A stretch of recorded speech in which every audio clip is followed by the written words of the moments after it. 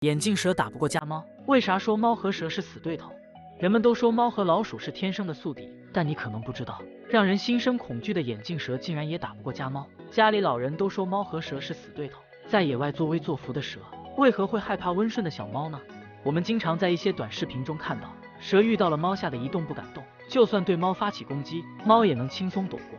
前段时间厦门地区就出现了猫蛇大战的场面，院子内突然出现了一条长达1米多的蛇，慢慢悠悠在小道上爬行，房子的主人躲在房间里不敢出来。这个时候家里饲养的6只小猫围堵在小道上，蛇看到这种场面吓得一动不敢动，甚至都不敢转身逃跑。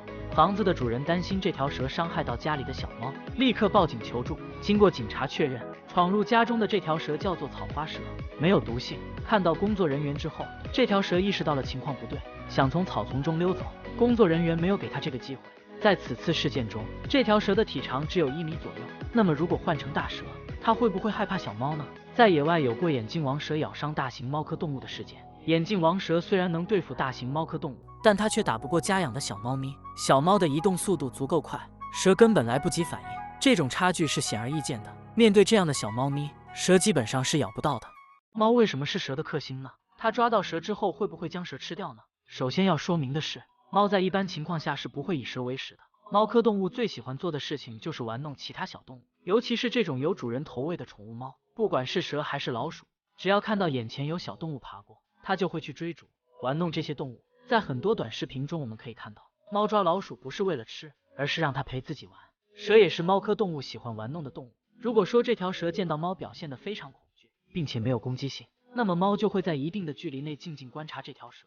如果这条蛇攻击性较强，试图袭击小猫，那么猫就会一巴掌拍上它的头部，消耗对方的体力。在野外作威作福的蛇，为啥这么害怕小猫？小猫有什么特殊能力制服蛇呢？这主要得益于猫的反应能力。猫的反应速度非常快，行动十分灵敏，蛇的动作在猫的眼中就好像是慢动作。在猫和蛇的打斗中，猫确实更具优势。猫可以看清蛇的每一步动作，当它想要发起攻击的时候，猫就可以快速躲过。猫的反应速度更快，这就说明它可以快速挥动自己的爪子拍打蛇的身体。蛇的反应速度慢，来不及躲避，只能沦为猫的玩物。不过，猫招惹蛇只是觉得它好玩，如果蛇可以快速逃跑，那么猫也不会紧追不舍。猫只能算是蛇的克星，不是蛇的天敌。像是平头哥蜜罐、蛇虻、蛇臼等等，才是真正的以蛇为食。蛇遇到这些动物就只能沦为食物了，没有机会逃跑。蛇猫大战中，蛇往往都占不到便宜。蛇为何会处于劣势地位呢？蛇之所以成为让人闻风丧胆的动物，是因为它们体内的剧毒。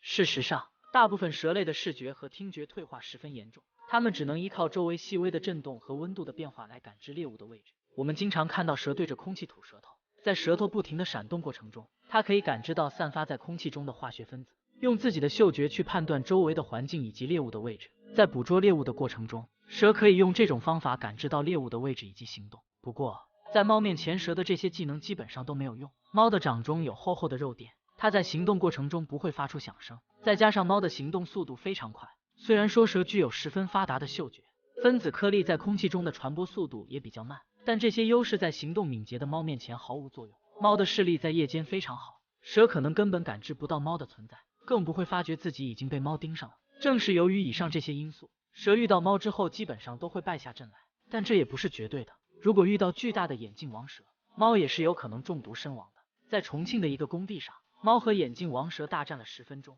被蛇咬了一口，虽然逃了出去，但最终还是中毒身亡了。猫遇到大型蛇类是不会主动去招惹的，家里的老人都说猫是蛇的克星，但二者其实是相克的。如今很多小猫都被养在家里，能遇到蛇的机会也比较少，一般情况下根本不会去挑逗蛇，有时候看到老鼠它都懒得抓，